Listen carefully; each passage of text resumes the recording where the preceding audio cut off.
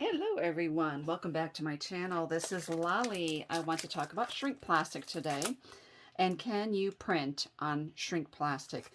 In a nutshell, you cannot print on this clear, shiny shrink plastic, to my knowledge.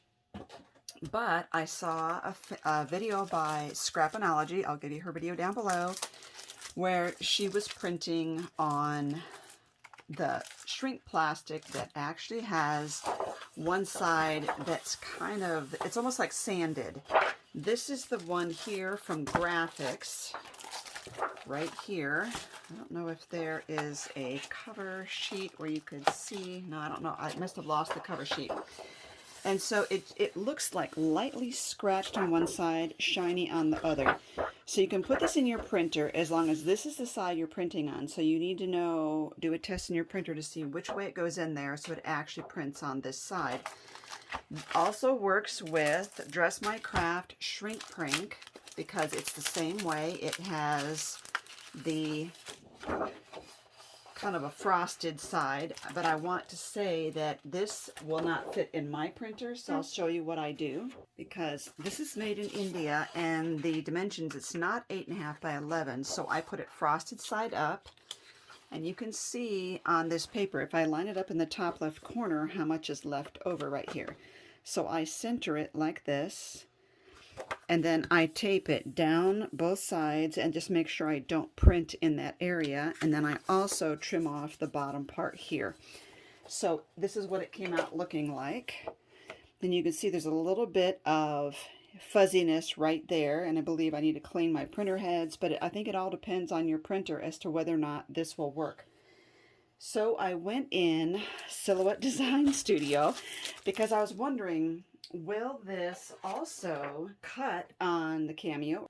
And so it printed out in color beautifully. This one, the lines are a little more fuzzy. This took a lot of ink. And this bear here was a lot better. They all look a little different. Somewhat fuzzy.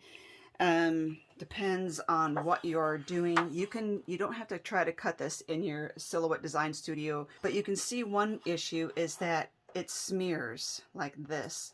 And so it might not work to send this through my print and cut, which is what I was thinking. I can still hand cut this. I'm also thinking, because this smudges, I will show you on this one. Oh, this is not smudging now. It's a little bit smudgy. It could be, I'm letting this set for a while to really dry up if it can. It could be that as the head comes down to cut, it's going to smear everything here. So I have created an offset here. We're still going to try, but because I figure why not, right? And if it doesn't work, I will still just print out another sheet and hand cut these. The only thing to remember to do is you need to have a hole so that you can, if you want to use it as a charm, you need to have a hole. I figured after I cut, I would just punch a hole here, here, you know, like in the ear, in the handle, and then somewhere at the top of this. But I could have done it on the Cameo, but I figured why, I could just hand punch it. I have tested using just a regular Cameo, not a Cameo 4, to cut the acetate, and it did work.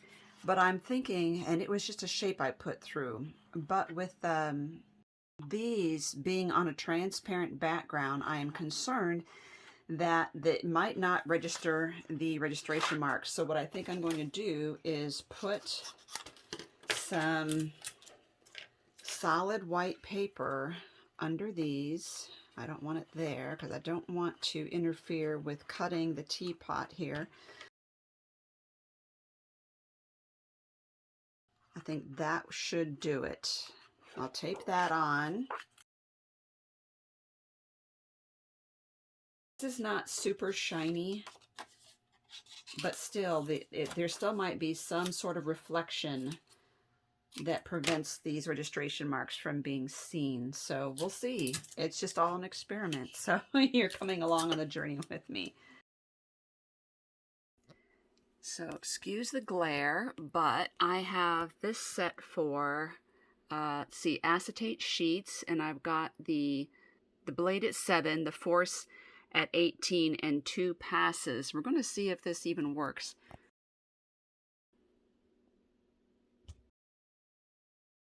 Okay, it's trying to look at it. Nope, it can't see the registration mark. So that is an issue. And I think that the ink is just not good enough for this. And so it's creating an issue here. So I'm going to hand cut these. So it may be a printer quality issue, meaning it may be that it comes down to the ink that you have in your printer and how that's going to respond. So let's go ahead and cut these.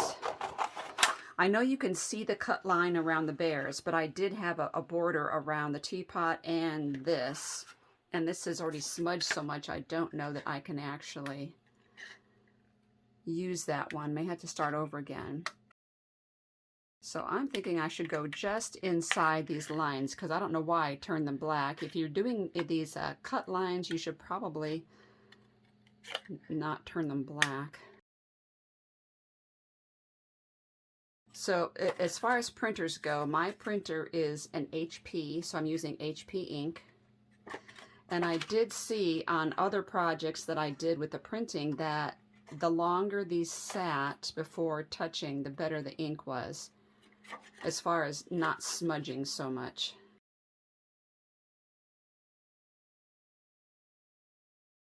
You could also cut it right on the edge and not of the design and not give a border around it at all. It's whatever you want.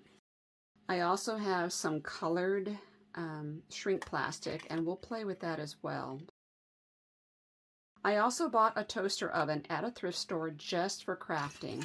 And that's because if you're doing polymer clay and plastic and things like that, you don't really want to be using the same toaster that you're putting your food in, because it does get plastic fumes all through the toaster. So I set my toaster oven at 325. Let's see if I can bring that down into my craft room and show you. Okay, now you're going to see reflections in here, unfortunately. I punched a hole in here in my work here with the larger of the holes from the crocodile punch here. I have my pan on top. I have 2 pieces of parchment paper, baking paper, and I have 2 oven mitts. And what I'm going to do is lay one of these in here in my pan, lay the bear in there. It only takes about 2 to 3 minutes, and you can see the item curling up, and then it flattens out. As soon as it flattens, I pull it out with one of the oven mitts, lay another parchment on top of the shrink plastic, and I push it down flat all the way with my other heating pad, or oven mitt. Just be very careful. It's easy to get burned. Now, I don't think you can see in there. You can't. So I'm going to change the direction of this. Okay, there's so much glare in here that I'm sorry about that, but I don't know if you could see the little bear in there. You can't. It's just barely see the bear in there. I need some light is what I need. There's just too much glare going on. I see the bear's eyes in there. I just see too much of what's going on behind me in my craft room because of the glare on the glass. By the way, I have my toaster on this easy press mat. Let's see if I move this up or down. Does it help? Not much. I see the bear in there, and he's curling. To kind of look and see if you can see activity inside there. I'm sorry for the glare. Okay, it's about ready. So what I'm going to do is to pull it out and carefully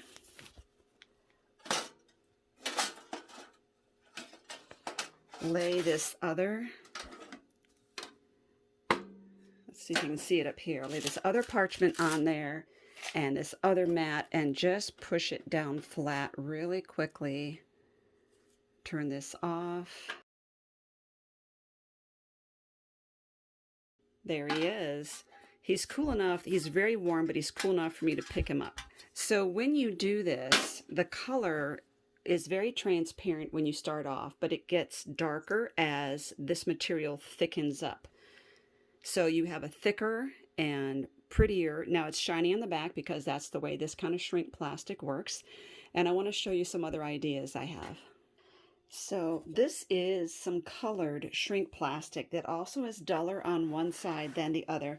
It's not as rough of a surface as the others, but I think it's still going to work well when I shrink it anyway. You can see it's almost dotted, like it almost beat it up, and I'm using this brand that I still had to go in and tape to my paper.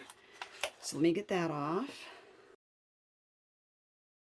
In order for this not to smudge, I gave it a few minutes, and I want to spray it with a matte fixative, hoping that that will hold it in place.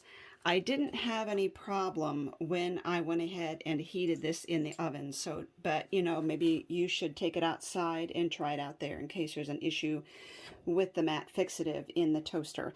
So let me cut this into strips. Then I take the quarter rounder on the crocodile here, corner chomper, and I go without touching the ink in case it's still smudgy. I corner all that, and then I use the larger of the two hole punches to go somewhat close to the edge because it's easier for you to get your charms in that way. So I do all of them this way, and then we're going to go upstairs and bake those. Okay, so you can actually see in here a little bit better this time. So I have two of them on here, and it doesn't really matter where you put them because they travel as they move around. So this is not hot yet, so I can put that in there.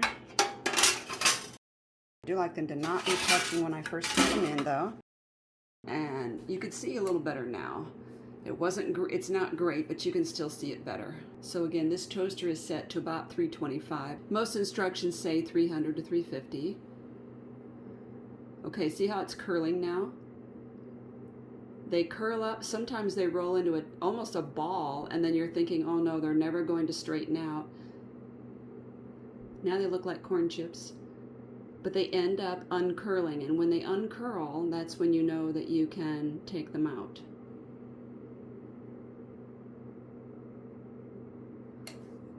Let's get this readjusted here.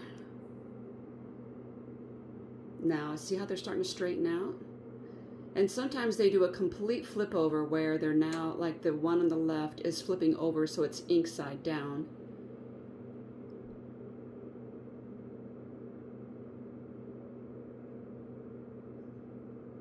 Give it just another few seconds. Okay. Now I'm going to pull that out. Careful you do not burn yourself. Cover that with this.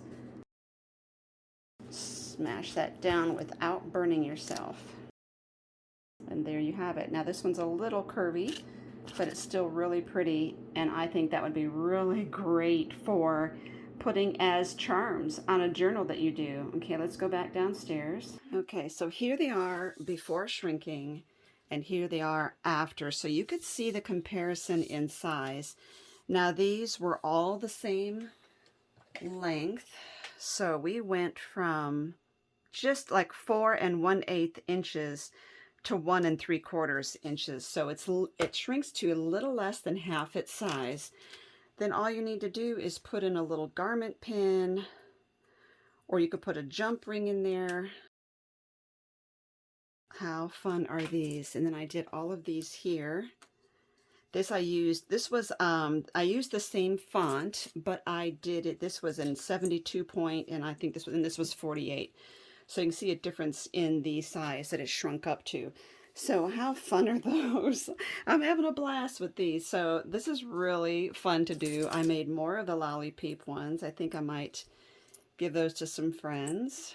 And some of my biggest customers in my shop, I think when they place orders, I'll give them one of those, some of my repeat customers. So thank you for watching. I was really hoping that this would work in the, to use a digital cutting machine, and it still may. I just have to figure out a way to get it to read the registration marks. And maybe it's just because mine smudged too much. If I get a really good print, like this was a really good print. This prints a lot better on the non-colored ones. So you can see it's kind of a faded, but it's still cute. So loving this. It's loads of fun. I hope you enjoyed as well.